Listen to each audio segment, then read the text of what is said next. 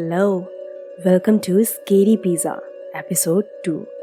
आज की स्टोरी है एक रेडिट यूज़र की जिन्हें पता नहीं है कि रेडिट क्या है।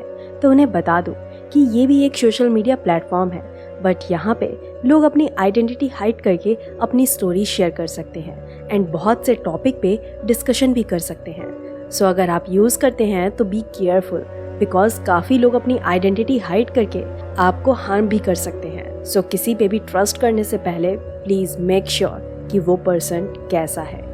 बढ़ते हैं अपनी स्टोरी की तरफ। ये कहानी 4 दोस्तों की है जिनके साथ कुछ ऐसा होता है जिससे उनकी पूरी लाइफ बदल जाती है।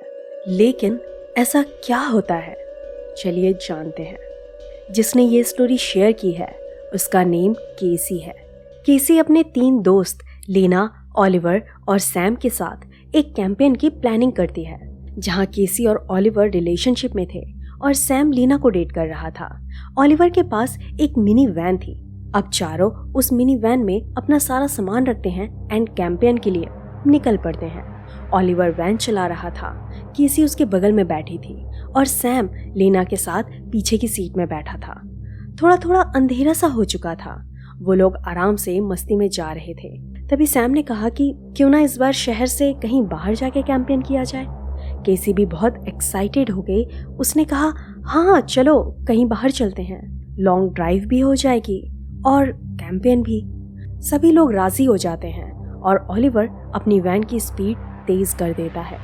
थोड़ी देर में वो लोग एक सुनसान जगह में पहुंच जाते हैं जहाँ पे बस कुछ पेड़ ही थे और कभी कोई एक आध घर दिख जाता तो दिख जाता।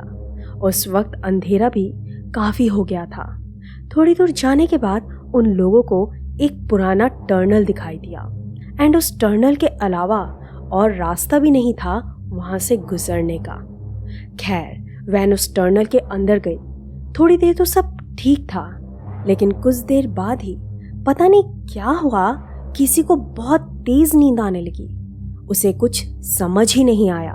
इवन इतनी तेज नींद आ रही थी उसे, वो अपनी आंखें ही नहीं खोल पा रही थी और थोड़ी देर में वो बस सो गई। लेकिन जैसे ही वैन उस टनल से बाहर निकली, वो आउट ऑफ कंट्रोल हो गई और एक पेड़ से जा टकरा गई।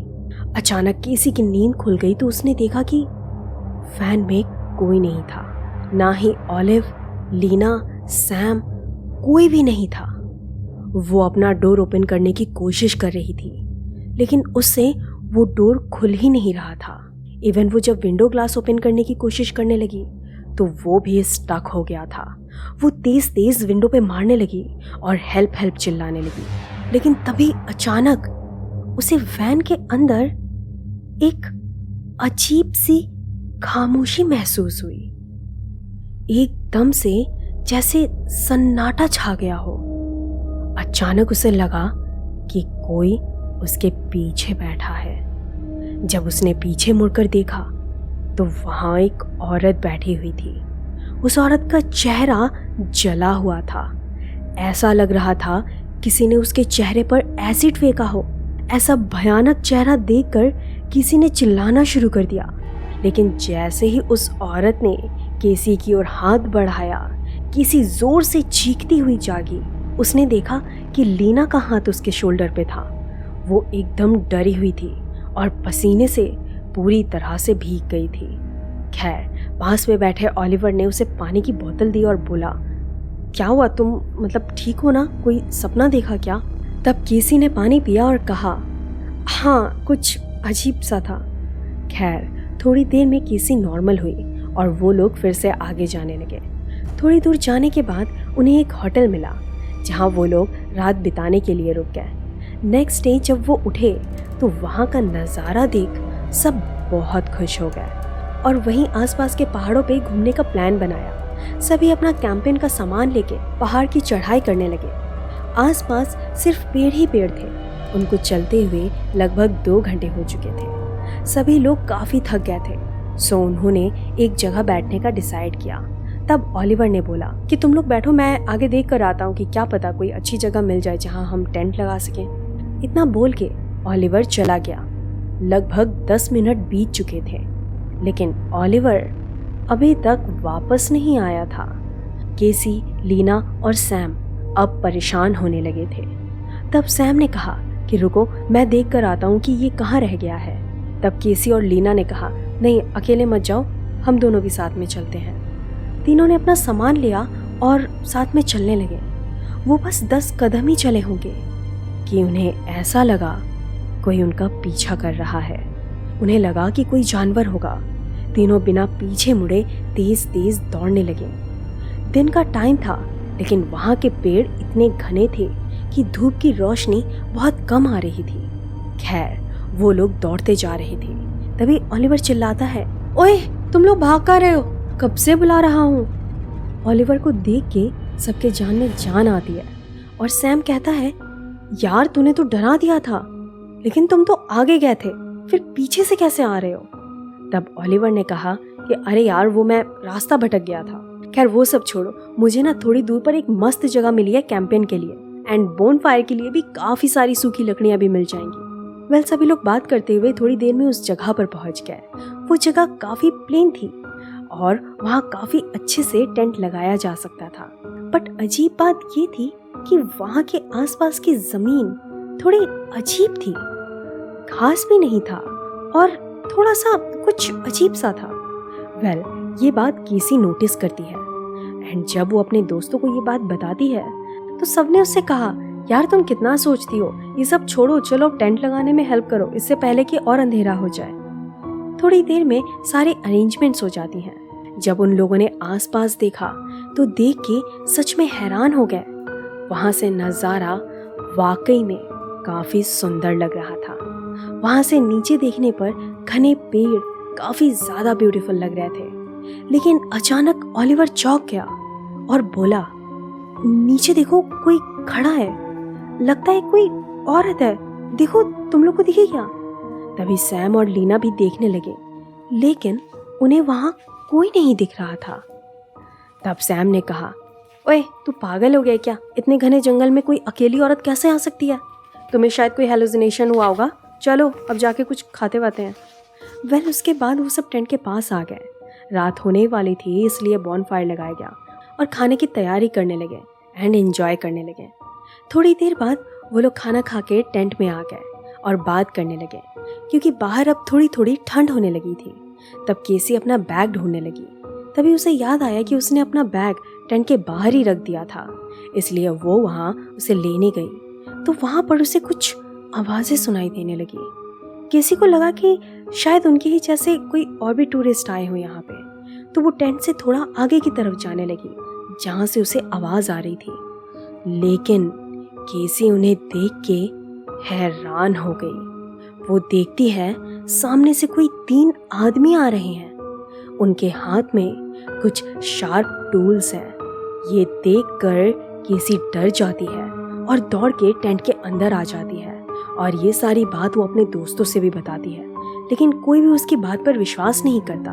तब केसी बोलती है, अगर तुम सबको यकीन नहीं हो रहा है ना, तो चलो तुम सब मेरे साथ बाहर चलो और तुम भी देख लो। वो सारे लोग टेंट से बाहर आते हैं और टेंट से थोड़ी दूर जाते हैं एंड वो सब देखते हैं कि वो तीनों आदमी उन्हीं की तरफ आ रहे थे। ये सब देखकर वो बहुत ज़्यादा डर जाते हैं और तुरंत अपना सामान समेटने लगते हैं और एक बड़े से पत्थर के पीछे जाके छिप जाते हैं। थोड़ी देर में वो तीनों आदमी उनके टेंट वाली जगह पर आ जाते हैं और उस जगह पर गोल गोल घूमने लगते हैं, जैसे उस जगह पर एक घेरा सा बना रहे थे। केसी चुपके से देख रही थी कि उनके हाथ, पैर और सिर आम आदमी जैसे बिल्कुल नहीं थे, कुछ अजीब से ही थे वो लोग। थोड़ी देर में वो लोग उस जगह घूमते घूमते एक जगह पर बैठ जाते हैं और कुछ ब्लैक मैजिक टाइप से शुरू करते हैं। उनमें से एक आदमी अपने हाथों की उंगलियों को काट देता है और बाकी दोनों भी अजीब तरह से कुछ कर रहे थे। एक तो काफी अंधेरा और ऊपर से वो चारों थोड़ा दूर छुपे थे, सो उन्हें कुछ भी ठीक से दिखाई नहीं दे रहा था। अचानक उन चारों ने देखा कि एक औरत उन आदमियों के बीच में आके लेट जाती है। कोई नहीं जानता कि आखिर वो औरत वहां पे पहुंची कैसे। केसी ने कहा, मुझे कुछ भी समझ नहीं आ रहा, आखिर ये सब क्या हो रहा है, मुझे बहुत ही डर लग रहा है। एक के बाद एक वो तीनों उस औरत को सूंघने लगे, उसके चारों तरफ हाथ फेरने लगे। तभी अचानक उस औरत ने अपनी उंगली उठाई और उनकी तरफ इशारा करने लगी। उन तीनों आदमी ने एक साथ उसी ओर अपनी गर्दन मोड़ी जिस ओर उसने इशारा किया था, और फिर तुरंत खड़े होकर उसी ओर बढ़ने लगे। ये देखकर वो चारों डर गए और अपना सामान फेंक वहां से भागने लगे। बस वो लोग बिना पीछे मुड़े दौड़ते जा रहे थे। केसी और ओलिवर आगे थे, सैम और लीना उनके पीछे। केसी और ओलिवर जब नीचे पहुंच गए तो उन्होंने पीछे मुड़कर देखा, लेकिन वहां पर लीना और सैम नहीं थे। उन दोनों का कुछ भी नहीं पता चल रहा था कि वो कहाँ है।